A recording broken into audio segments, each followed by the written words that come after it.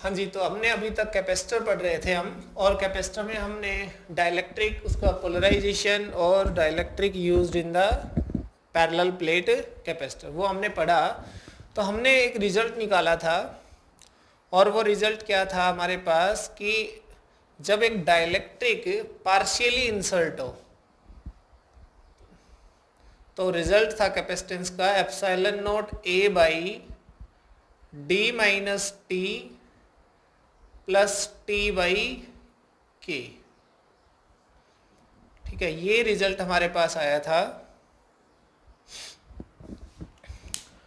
कब? When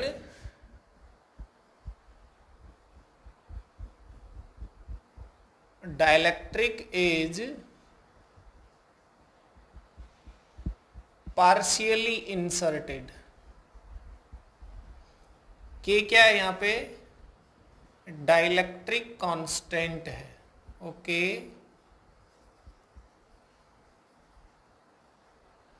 dielectric constant. तो देखिए इसमें कुछ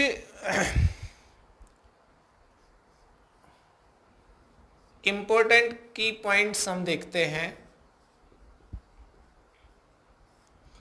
इस रिजल्ट के ऊपर, हम डिस्कस करते हैं थोड़ा सा कि ये जो कैपेसिटर था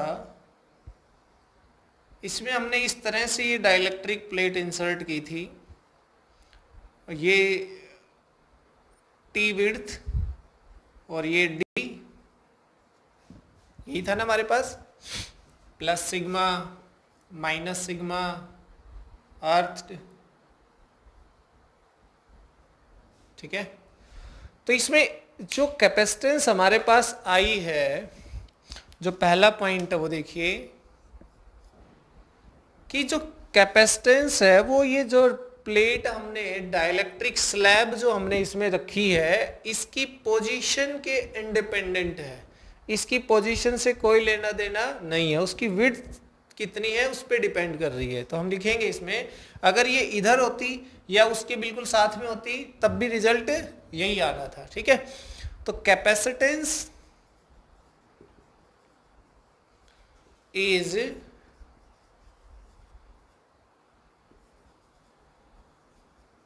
independent of the independent of the position of dielectric slab, position of dielectric slab। Okay, एक तो ये हो गया। दूसरा ये कहता है कि अगर ऐसा हो जाए, if T is very very less than D, T is very very less than D means if the dielectric slab is very thin, dielectric slab is very thin, then capacitance is given by, देखिए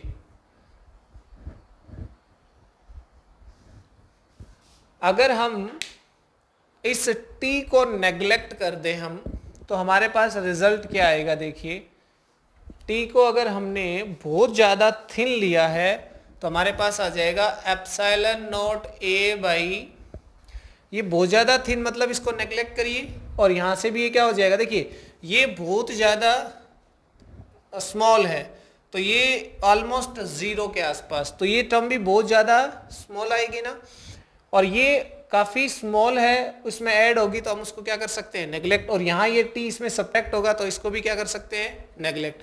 तो हमारे पास result ये आएगा only. Approximately हमने देखा कि जो dielectric slab जो उसमें इंसर्ट कर रहे हैं अगर वो बहुत ज़्यादा थिन है तो ऐसे केस में हमारी जो कैपेसिटेंस है वो चेंज नहीं होगी। Capacitance is remains same. Okay, capacitance change नहीं हो रही है। और जो बाकी इसमें की पॉइंट्स हमने वैसे देख लिए थे, एक बार फिर से डिस्कस करना चाहें कि अगर ये फुल्ली इंसर्ट हो जाए, if t is equal to D हो जाए, तो हमें पता है कि रिजल्ट क्या आता है, एप्सिलॉन नॉट a बाई, ये तो 0 हो गया, ये हो जाएगा d बाई के, तो k चला जाएगा ऊपर, नीचे d।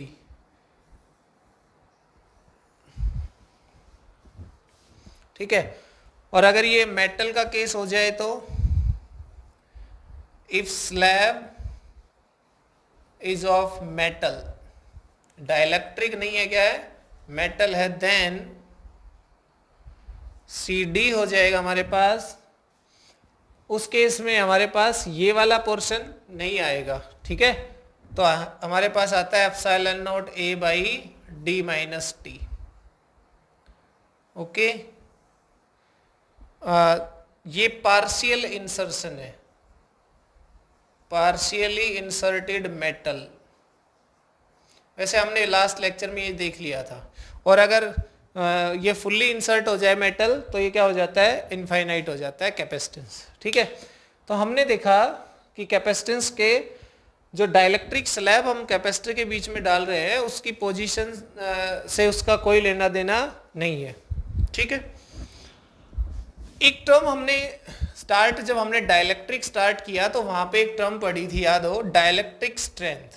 क्या थी वो, डाइलेक्ट्रिक स्ट्रेंथ। डाइलेक्ट्रिक स्ट्रेंथ हमने बताया था वो मैक्सिमम फील्ड जहां तक जो डाइलेक्ट्रिक है वो बिना इलेक्ट्रिकल ब्रेकडाउन के स्टे करता है।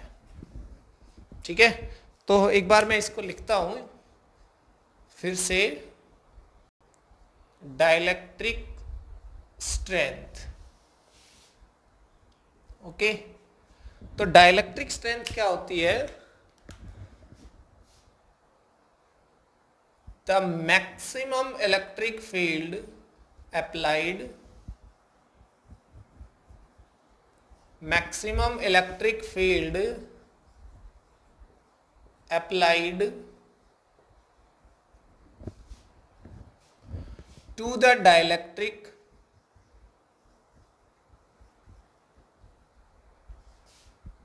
up to which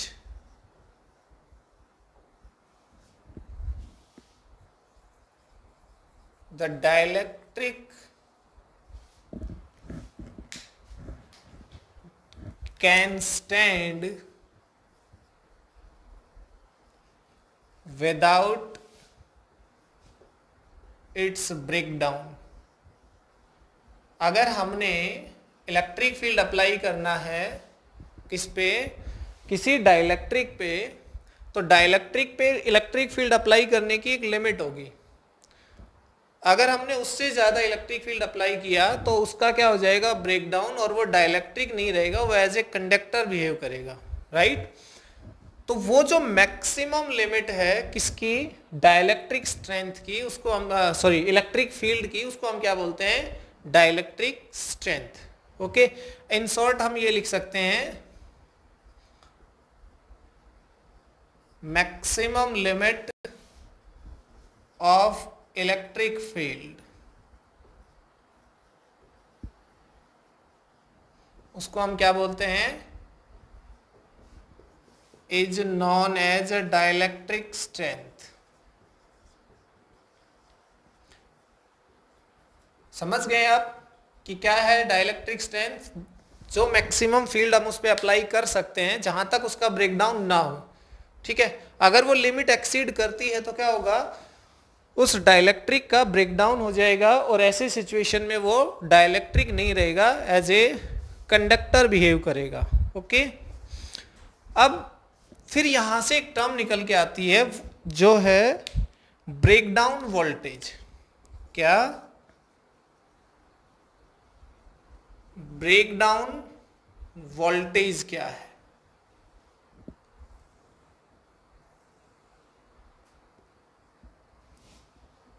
ठीक है, किसी भी कैपेसिटर के अंदर देखिए, हम डाइलेक्ट्रिक ले रहे हैं, उसको हम कहाँ अप्लाई कर रहे हैं, उसको कैपेसिटर के अंदर डाला है, वहाँ इलेक्ट्रिक फील्ड अप्लाई कर रहे हैं हम। ठीक है, मीन्स उसको चार्ज कर रहे हैं, चार्ज कर रहे हैं तो वहाँ चार्ज बढ़ रहा है, मीन्स इलेक्ट्रिक फील्ड बढ़ रहा है, तो उसकी मैक्सिमम लिमिट क्या होगी, कि उसके बाद अगर हम उसको और चार्ज करना चाहें तो उसका क्या हो जाएगा, ब्रेक डाउन हो जाएगा। ठीक है, तो उसको हम क्या बोलते हैं, ब्रेक डाउन वोल्टेज, राइट। तो break down voltage BV, break down voltage का हमारे पास क्या फॉर्मूला होगा, देखिए, dielectric strength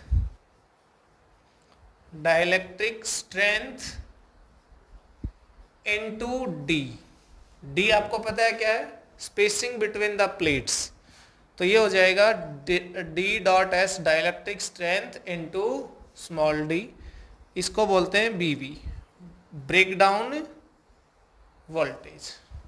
break down voltage फिर किस पे डिपेंड कर रही है, dimension of the capacitor. Break down voltage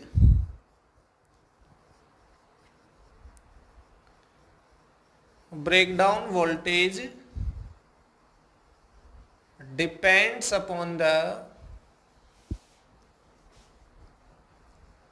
dimensions of the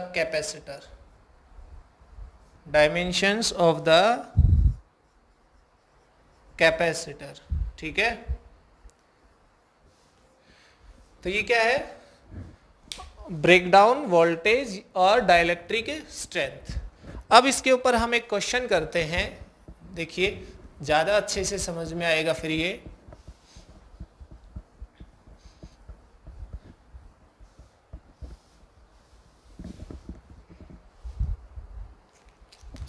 question है कि आपके पास दो कैपेसिटर दिए हुए हैं आपको, एक एग्जांपल देखते हैं इसमें। एक कैपेसिटर है ये 6 माइक्रोफैरेड,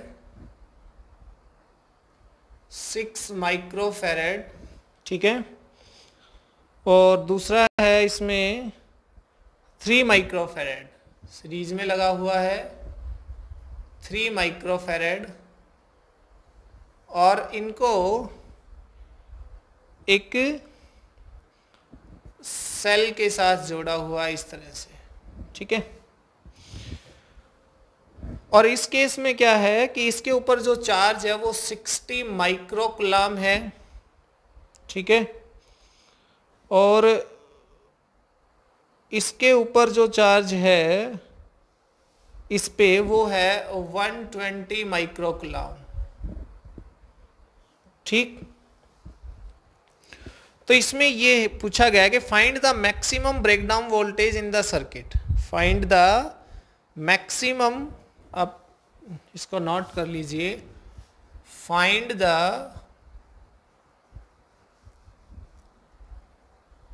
मैक्सिमम ब्रेकडाउन वोल्टेज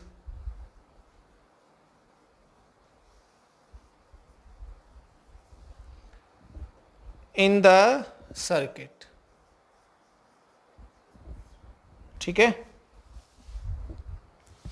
तो आपको कैलकुलेट करना है इसमें कि इस सर्किट की जो मैक्स ब्रेकडाउन वोल्टेज है वो क्या होगी। ओके, तो इस क्वेश्चन को देख के आपको लग रहा होगा कि इसमें हमें यहाँ पे कुछ नहीं दिया हुआ है वोल्ट वगैरह, तो हमें ज़रूरत भी नहीं है उसकी। देखिए कैसे करते हैं, 60 माइक्रोकुलाम 120 माइक्रोकुलाम, राइट।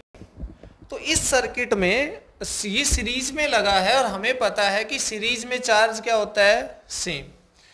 तो इसमें मैक्सिमम जो चार्ज आ सकता है इस सीरीज में वो 60 माइक्रोकुलाम होगा, क्योंकि उससे ज्यादा तो अगर 120 माइक्रोकुलाम अगर आप मानेंगे कि 120 माइक्रोकुलाम चार्ज आ सकता है इसमें, तो इसमें 120 माइक्रोकुलाम की कैपेसिटी नहीं है, और दोनों में चार्ज क्या रहेगा, सेम। जैसे हमने रजिस्टर वाले सर्किट्स में पढ़ा हुआ है कि सीरीज में करंट क्या होता है, सेम। तो जो करंट की जो लिमिट है उसके अंदर जो मिनिमम वाला है हमारे पास उसी को लेंगे, क्योंकि उससे ज़्यादा करंट वहाँ पे अगर हमने फ्लो करवा दिया तो वो सर्किट ब्रेक हो जाएगा, क्योंकि उसमें जो डिवाइस लगा है उसकी जो मिनिमम लिमिट है करंट की, हमने उससे ज़्यादा करंट फ्लो करवाया तो बर्न हो जाएगा। तो ऐसे में वो सर्किट क्या हो गया, ब्रेक हो गया। तो यहाँ भी यही सिचुएशन है। तो हम इस सर्किट में लिखेंगे कि जो मैक्सिमम चार्ज मतलब क्यू मैक्सिमम वो कितना है, 60 माइक्रोकुलाम है। क्यू मैक्सिमम कितना है, 60 माइक्रोकुलाम, ओके। और इसकी नेट कैपेसिटेंस कितनी है भाई, 1/C इक्विवेलेंट या C नेट, मैं सीधा लिख देता हूं, दोनों किसमें है, सीरीज में, तो C नेट क्या आएगा, C1 into C2/C1 plus C2, series में ऐसे ही जुड़ता है capacitance, 1/C1 plus 1/C2 is equal to 1/C net.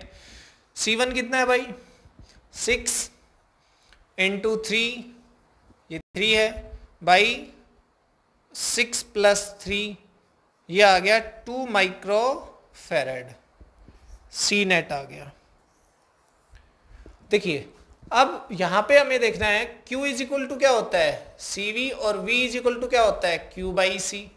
तो इसका पोटेंशियल कितना हो सकता है, मैक्सिमम, इसका पोटेंशियल हो सकता है हमारे पास इस कॉन्फ़िगरेशन के अकॉर्डिंग Q/C मतलब 60/6, तो इसका ब्रेकडाउन वोल्टेज होगा, देखिए ब्रेकडाउन वोल्टेज इसका जो मैक्सिमम पोटेंशियल होगा वही ब्रेकडाउन वोल्टेज है इसका, तो Q/C 60/6 मतलब 10 वोल्ट।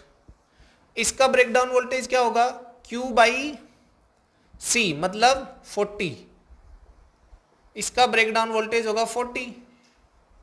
अब इसका 10 वोल्ट है, इसका 40 है, हमें चाहिए इस सर्किट का ब्रेकडाउन वोल्टेज, तो वो उसके लिए हमारे पास क्या है, ये वाला इक्वेशन, कि देखिए Q max is equal to हो जाएगा C नेट V। पूरे सीरीज में जो हमारे पास है वो क्या है, कितना मैक्सिमम चार्ज फ्लो हो सकता है वो हमने कैलकुलेट कर लिया, उसकी नेट कैपेसिटेंस कितनी है वो, तो वहां से क्या आ जाएगा, ब्रेकडाउन वोल्टेज। Q मैक्स कितना है, ये रहा 60, ठीक है, micro coulomb is equal to C net क्या है, 2 माइक्रो फेरेड इंटू V। तो यहां से देखिए हमारे पास माइक्रो माइक्रो कैंसिल आउट हो गया, 2 और ये कितना आ गया 30, मतलब V इज इक्वल टू आ गया 30 वोल्ट।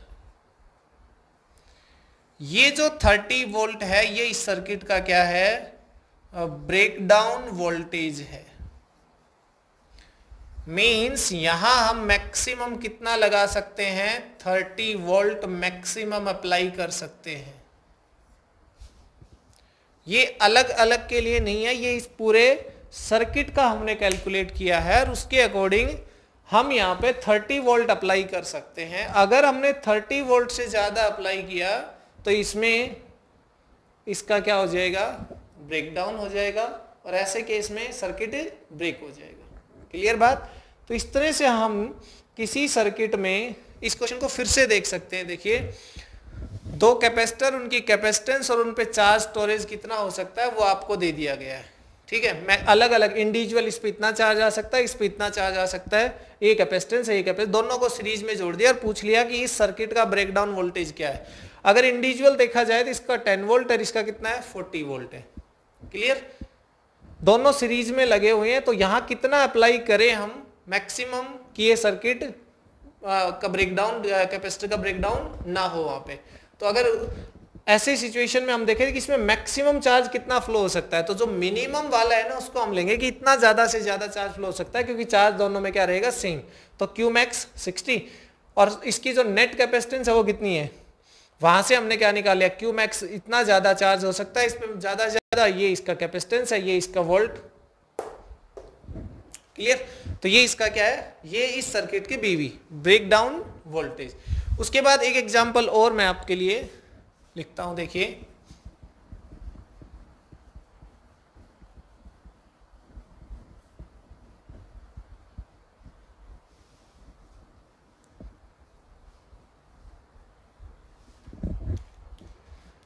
क्वेश्चन है फाइंड द सर्किट बना लेते हैं हम, और इसमें एक ये कैपेसिटर है और दूसरा कैपेसिटर ये है। ठीक है, दिख गया हमें, दोनों पैरेलल में लगे हैं, ये 2 माइक्रो फैरेड है। ठीक है, और इसका ब्रेकडाउन वोल्टेज है 12 वोल्ट, ये हमारे पास है 3 माइक्रो फैरेड, इसका ब्रेकडाउन वोल्टेज है 10 वोल्ट। ठीक है, find the maximum voltage in the circuit. Find maximum voltage,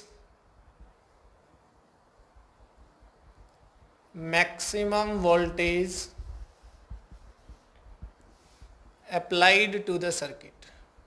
मतलब कितना इस सर्किट पे हम मैक्सिमम वोल्टेज, इसमें कुछ सॉल्व नहीं करना, लॉजिकल है, सोचिए क्या कर सकते हैं। भाई ये दोनों पैरेलल में है तो ऑब्वियस पैरेलल में पोटेंशियल क्या रहता है, सेम। और अगर ये दोनों पैरेलल में है, पोटेंशियल सेम रहता है, तो ऐसी सिचुएशन में हम यहाँ कितना पोटेंशियल अप्लाई कर सकते हैं।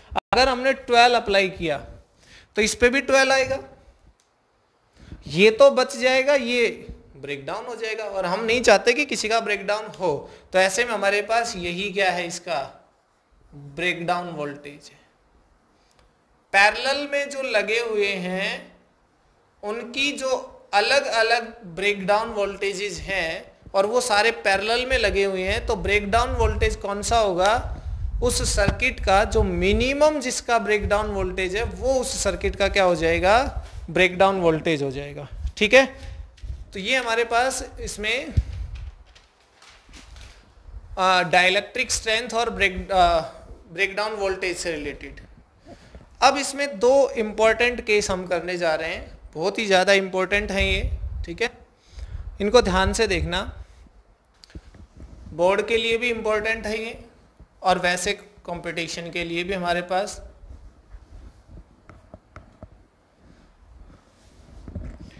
पहला सिचुएशन हम करने जा रहे हैं, इंसर्शन ऑफ a dielectric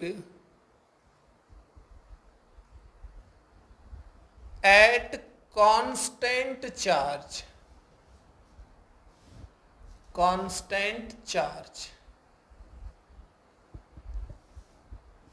किसी कैपेसिटर में डाइलेक्ट्रिक इंसर्ट करना है और कंडीशन ये रहेगी कि चार्ज कांस्टेंट रहेगा। उसका चार्ज कांस्टेंट रहने का मतलब है कि battery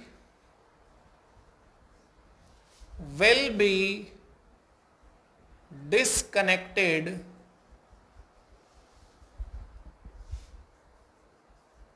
after charging the capacitor. जब एक बार कैपेसिटर जिसमें डाइलेक्ट्रिक नहीं हमने इंसर्ट किया है, तब बैटरी ने उसको चार्ज कर दिया, उसके बाद बैटरी को वहां से हटा दिया गया है, means battery is not connected. Okay, तो देखिए, let we have a capacitor having capacitance C, charge Q। ठीक है,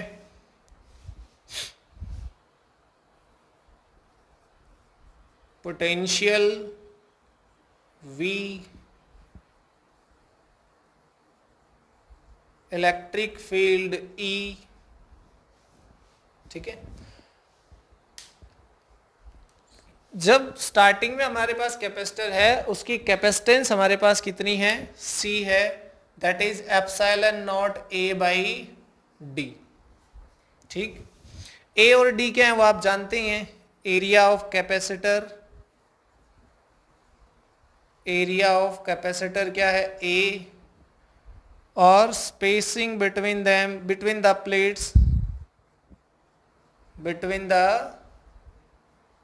प्लेट्स, वो क्या है भाई, D है। समझ में आई बात। एक कैपेसिटर है जिसकी ये चार्ज, पोटेंशियल, फील्ड वगैरह, और हमने उसको चार्ज कर लिया, उसकी कैपेसिटेंस कितनी है, ये चार्ज कर लिया उसको Q चार्ज तक, पोटेंशियल रेज कर गया V तक, V की बैटरी लगाई हमने, इलेक्ट्रिक फील्ड वहाँ पे E सेटअप हुआ, और A उसका एरिया है, D उसमें कैपेसिटेंस, प्लेट्स के बीच में गैप है, राइट। अब हमें क्या करना है, battery is disconnect, now battery is disconnected,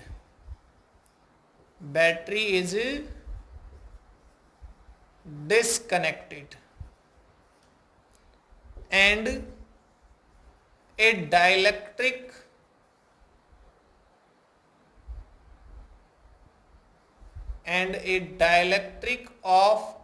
dielectric constant K, dielectric constant K is fully inserted between the plates, inserted between the plates। बात समझ में आई? देखिए ये सब मैं इरेज करता हूं।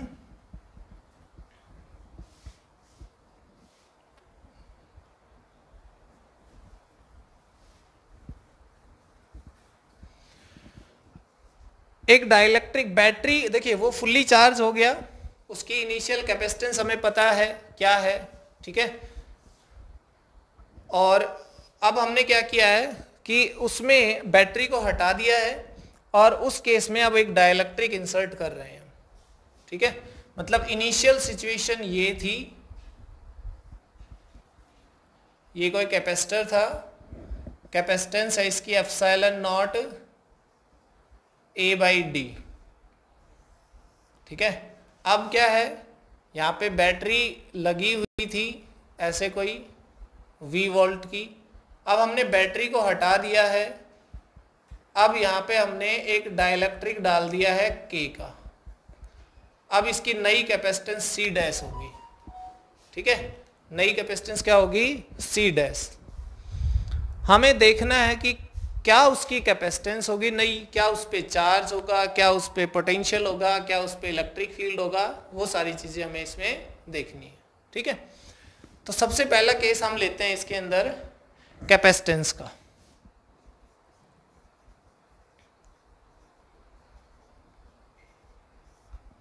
कैपेसिटेंस, इनिशियल कैपेसिटेंस क्या थी और फाइनल कैपेसिटेंस, ये C नोट ले लेते हैं।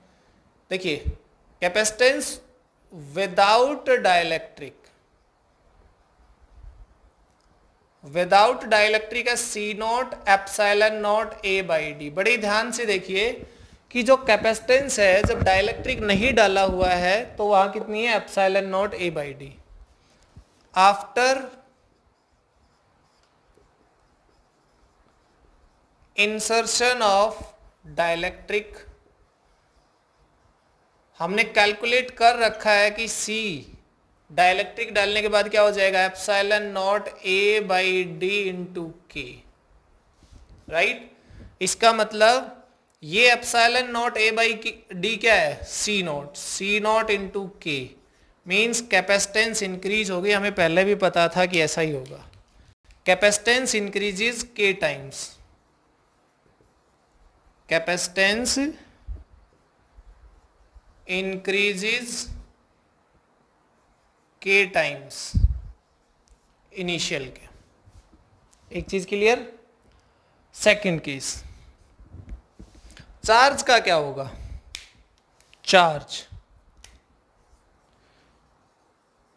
देखिए डाइलेक्ट्रिक डालने से क्या हुआ कि कैपेसिटेंस तो बढ़ गई, और कैपेसिटेंस बढ़ने का मतलब है कि वहां पे अब और चार्ज स्टोर हो सकता है। केयरफुली, अगर कैपेसिटेंस बढ़ गई है डाइलेक्ट्रिक के डालने से, तो कैपेसिटेंस बढ़ने से चार्ज उस पर और स्टोर हो सकता है, बट बैटरी है वहां से हमने हटा दी है। अगर बैटरी ही नहीं है तो चार्ज को स्टोर कौन करेगा? इसका मतलब ये हुआ, हमने हेडिंग में भी लिखा था कि एट कांस्टेंट चार्ज, तो charge remains constant, charge remains constant. तो जो चार्ज हमारे पास Q डैश है वो क्या आ जाएगा? इसको आप चलिए, हाँ ठीक है, ये हमने C ले लिया था ना, Q डैश क्या रह जाएगा? Q ही रह जाएगा, चार्ज कांस्टेंट रहेगा उस केस में, ठीक है। तो नेक्स्ट हमारे पास इसमें चार्ज के बाद देखिए क्या आएगा? Energy stored.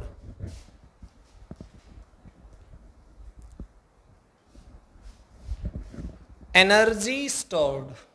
अगला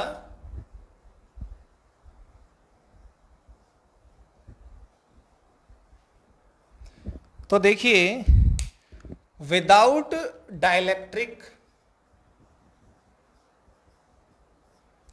एनर्जी स्टोर्ड का फॉर्मूला हमें याद होना चाहिए।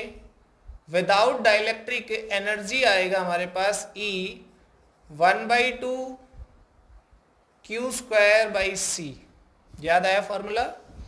1/2 मतलब Q²/2C हमारे पास फॉर्मूला होता है। ओके, तो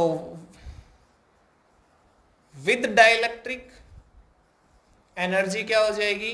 E डैश 1/2। देखिए चार्ज तो वही रहेगा जो है, और कैपेसिटेंस या फिर लिख लीजिए एक बार Q डैश ²/C डैश का स्क्वायर। C डैश, एक मिनट भाई, हमने इसको, हाँ, कैपेसिटेंस को C0 लिया है, ठीक है, तो यहां से ये क्या रहेगा?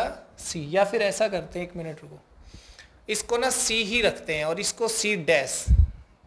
ओके, कंफ्यूजन नहीं होगा। हम इनिशियल को QC इसमें ले रहे हैं और उसको डैश में ले रहे हैं फाइनल डाइलेक्ट्रिक वाले को, तो ये आ जाएगा C और ये आ जाएगा C डैश स्क्वायर। ओके, अब देखिए E डैश क्या हो जाएगा? 1/2 Q डैश तो Q ही रहेगा, C डैश क्या है हमारे पास? ये रहा CK, मतलब C, सॉरी इसका स्क्वायर नहीं है भाई, Q²/2C है only, C dash only, square नहीं, तो CK। इसका मतलब ये हुआ कि ये वाला 1/2 Q²/C, ये तो हमारे पास E है ना, और नीचे क्या आ गया? K। ये E इलेक्ट्रिक फील्ड के लिए यूज नहीं कर रहे हैं हम, इसमें ध्यान रखना। या फिर मैं इसको ऐसा करता हूं, क्योंकि सिंबल कहीं हमें कंफ्यूज ना कर दें। एक सेकेंड, मैं इसको चेंज कर लेता हूं, एनर्जी को U से लिख लेते हैं, अब सही रहेगा, ठीक है। U डैश, तो हमारे पास जो U डैश हुआ वो आ गया U, देखिए ये वाला हिस्सा यहां से, ये तो क्या हो गया? U हो गया, और ये K नीचे, तो हमारे पास जो एनर्जी आई वो क्या आ गई? U dash is less than U। Energy decreases K times, या यूं लिख दीजिए, energy becomes 1/K times of initial. Energy जो है वो डिक्रीज हो गई है। एक एक देखिए, हमने देखा कैपेसिटर डाइलेक्ट्रिक इंसर्ट करने के बाद चेक किया तो एनर्जी पता चली कि कम है। कितनी कम है? K टाइम्स कम है, ठीक है। फाइनल एनर्जी कम है और इनिशियल क्या वहां पे ज्यादा है। ओके, अब देखते हैं work done by the external. देखो एनर्जी गई कहां पे? जो डाइलेक्ट्रिक हमने उसमें डाला है ना, उसको उसमें इंसर्ट करने के लिए हमें वर्क डन करना पड़ा है। ओके, तो हमने जो वर्क डन किया वो उसके अगेंस्ट, वो उसमें उसको इंसर्ट नहीं होने दे रहा था, यही समझेंगे ना। तो हमने उसको क्या किया? अगेंस्ट दैट अपोजिशन वर्क किया, तो वही वर्क डन में ये एनर्जी खर्च हो गई। क्लियर बात? तो हमारे पास ये जो आएगा सेकेंड, अगला next point, work done by the agent. Work done by the external agent. External agent, देखिए जिसने भी डाइलेक्ट्रिक इंसर्ट किया है उसको वर्क करना पड़ा है इसके अपोजिशन के अगेंस्ट। आप ये समझ लीजिए कि ये डाइलेक्ट्रिक को अपने अंदर इंसर्ट नहीं होने दे रहा था। क्लियर? तो एक्सटर्नल एजेंट ने वर्क किया, तो इसने भी तो, उसने इसके अगेंस्ट वर्क किया तो इसकी भी तो एनर्जी खर्च हुई है, ये भी तो उसको रोकने की कोशिश कर रहा था, वो अंदर डाल रहा था इसमें। तो क्या हुआ कि ये वर्क डन, ये जो एनर्जी कम हुई है ये उसी वर्क डन के अगेंस्ट, ठीक है। तो वो वर्क डन क्या आ जाएगा? U dash minus U। ज्यादा कौन है? ज्यादा है हमारे पास U डैश माइनस U, ठीक है। तो U क्या था भाई? u था Q square by 2c minus u dash क्या है क्यू स्क्वायर बाई 2ck। इसका मतलब है Q square by 2c common आ गया 1 माइनस 1 बाई के। हमारे पास क्या आ गया, ये वर्क डन आ गया। क्या हुआ, ये वर्क डन आ गया हमारे पास।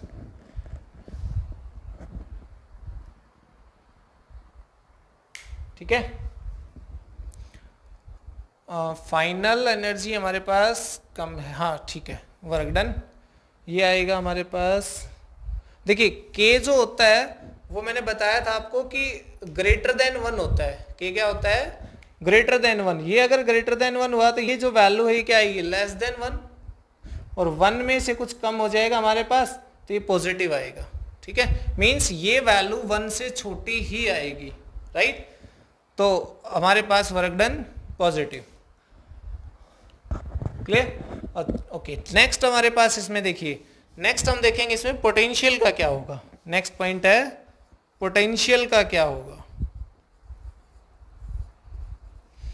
देखिए पोटेंशियल का क्या होगा। पोटेंशियल का फॉर्मूला क्या होता है, पहले हम इसमें देखेंगे विदाउट डाइलेक्ट्रिक। तो Q इज इक्वल टू सी वी। ठीक है, तो V क्या हो जाएगा, Q by C. Done. With dielectric, अब हमने डाइलेक्ट्रिक डाल दिया है,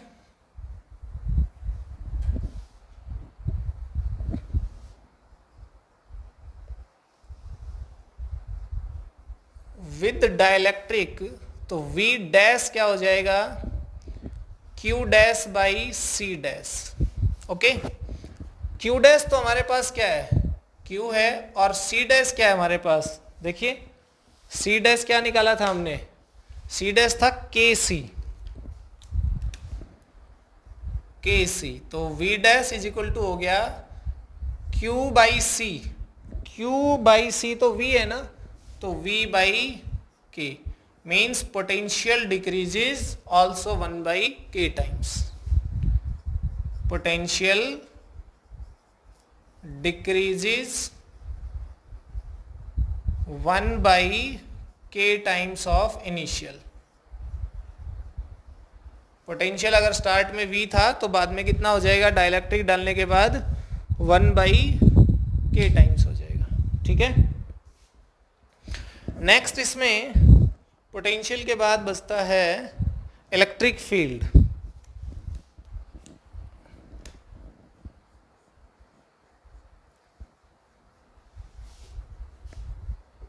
इलेक्ट्रिक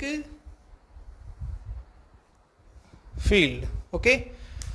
देखिए विदाउट डाइलेक्ट्रिक,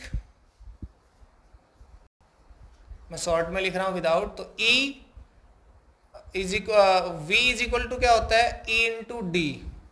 तो E क्या हो जाएगा, V by D.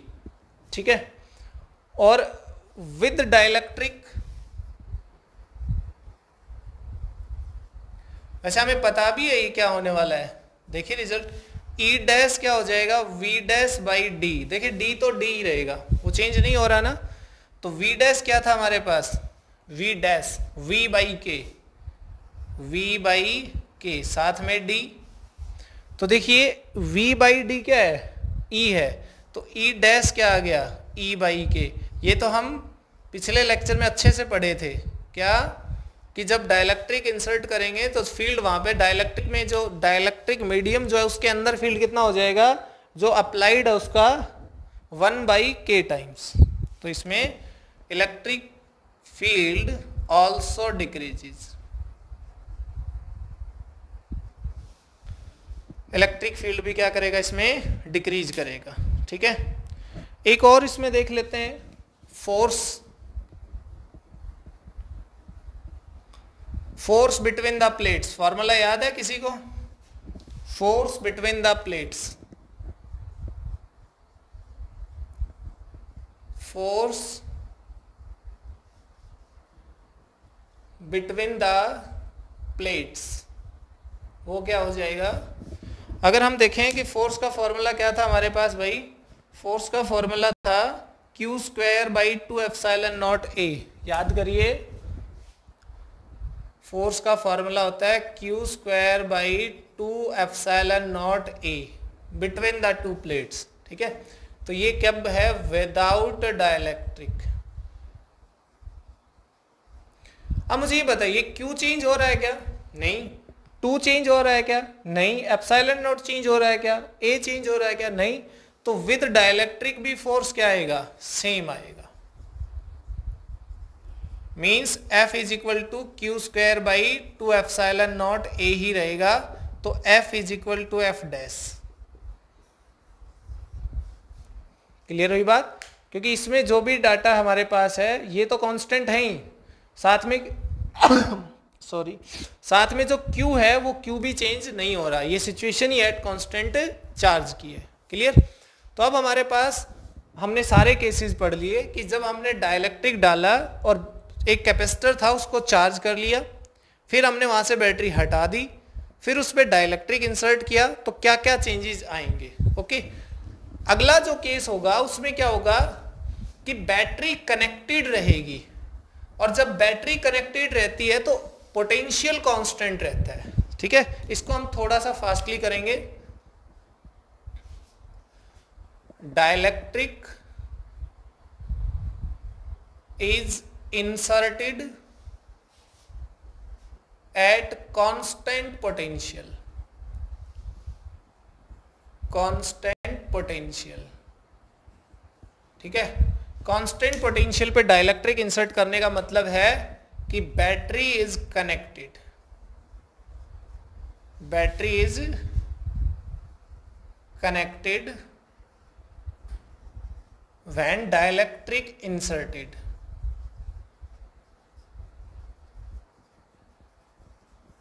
Okay, battery connect रहेगी। तो मैं इसको थोड़ा सा फास्टली लिखता हूं, देखिए।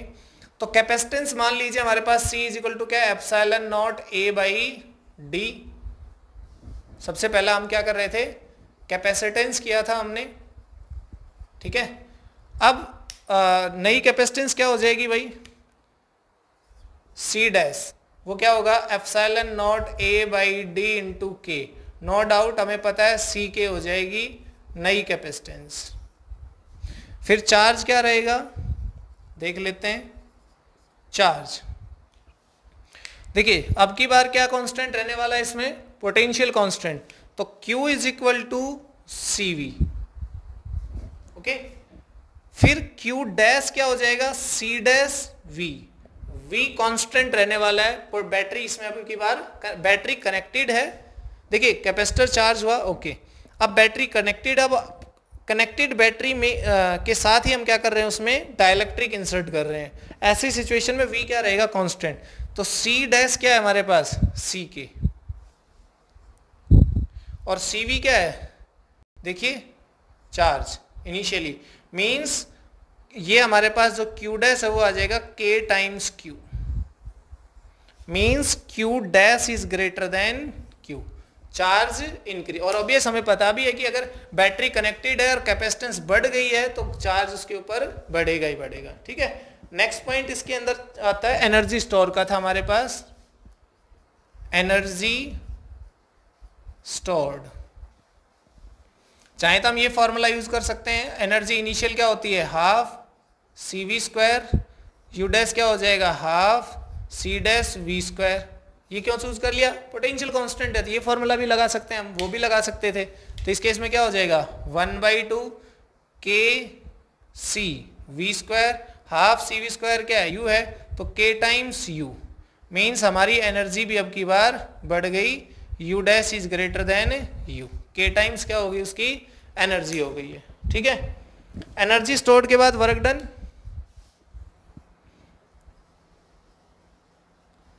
वर्क डन का क्या होगा भाई, देखिए वर्क डन में हमें वही हमारी एनर्जीज का क्या निकालना, उसमें डिफरेंस फाइनल माइनस इनिशियल कर दीजिए फिर से, अब की बार ये ज्यादा है तो वर्क डन आ जाएगा U डैश माइनस U।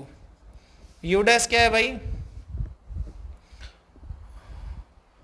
और 1/2 के CV square minus half CV square, half CV square common आ गया, देखिए अंदर क्या बचा K minus 1, this is work done. ठीक है, तो वर्क डन इसमें क्या आएगा हमारे पास K minus V।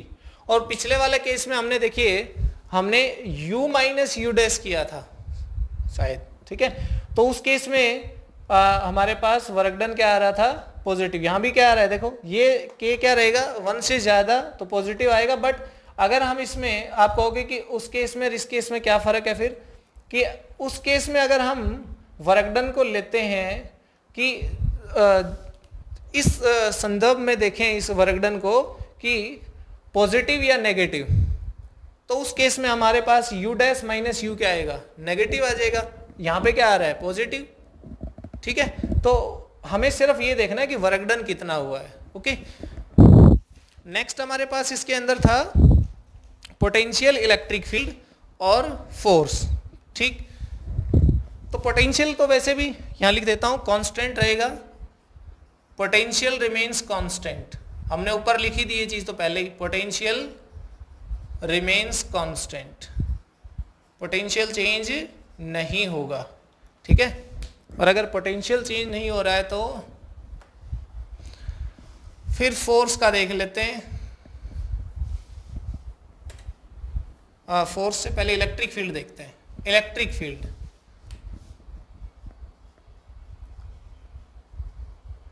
Electric field, electric field का क्या होगा भाई, इलेक्ट्रिक फील्ड हमारे पास फॉर्मूला होता है देखिए E is equal to V/D। अब आप खुद सोचिए कि इसमें क्या हो सकता है, V चेंज हो रहा है क्या, नहीं हो रहा, D चेंज हो रहा है क्या, नहीं हो रहा। ओके, तो हमारे पास E भी क्या रहेगा E के बराबर, क्यों, V and D are constant, तो E भी क्या रहेगा कांस्टेंट। ठीक है, फोर्स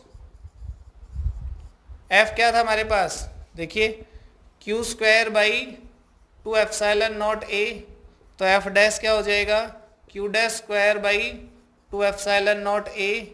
Q डैश क्या था KQ था, याद करिए K स्क्वायर Q स्क्वायर। ठीक है, स्क्वायर है ना इसमें, K की वैल्यू Q डैश की वैल्यू थी KQ, तो ये स्क्वायर है तो ये हो जाएगा 2 एप्सिलॉन नॉट A। और फिर ये आएगा देखिए ये वाला इतना क्या बन गया F, तो F dash is equal to हो गया K square F, means force increases K square times, force increases K square times. Okay, तो ये हमने देखा दो बड़े ही इंपॉर्टेंट केस हैं ये कैपेसिटर के, कि जब हम डाइलेक्ट्रिक इंसर्ट करते हैं तो क्या क्या चेंजेस आते हैं कैपेसिटेंस में, फील्ड में, पोटेंशियल में, फोर्स में, एनर्जी स्टोर में। ओके, और फिर उसमें भी दो केस थे अलग अलग कि एक बैटरी कनेक्टेड ही रहे मींस एट कांस्टेंट पोटेंशियल, और एक में बैटरी को डिस्कनेक्ट कर दे मींस एट कांस्टेंट चार्ज। हम ये सिचुएशन देख रहे हैं। ठीक है, तो ये लेक्चर यहीं तक। ओके।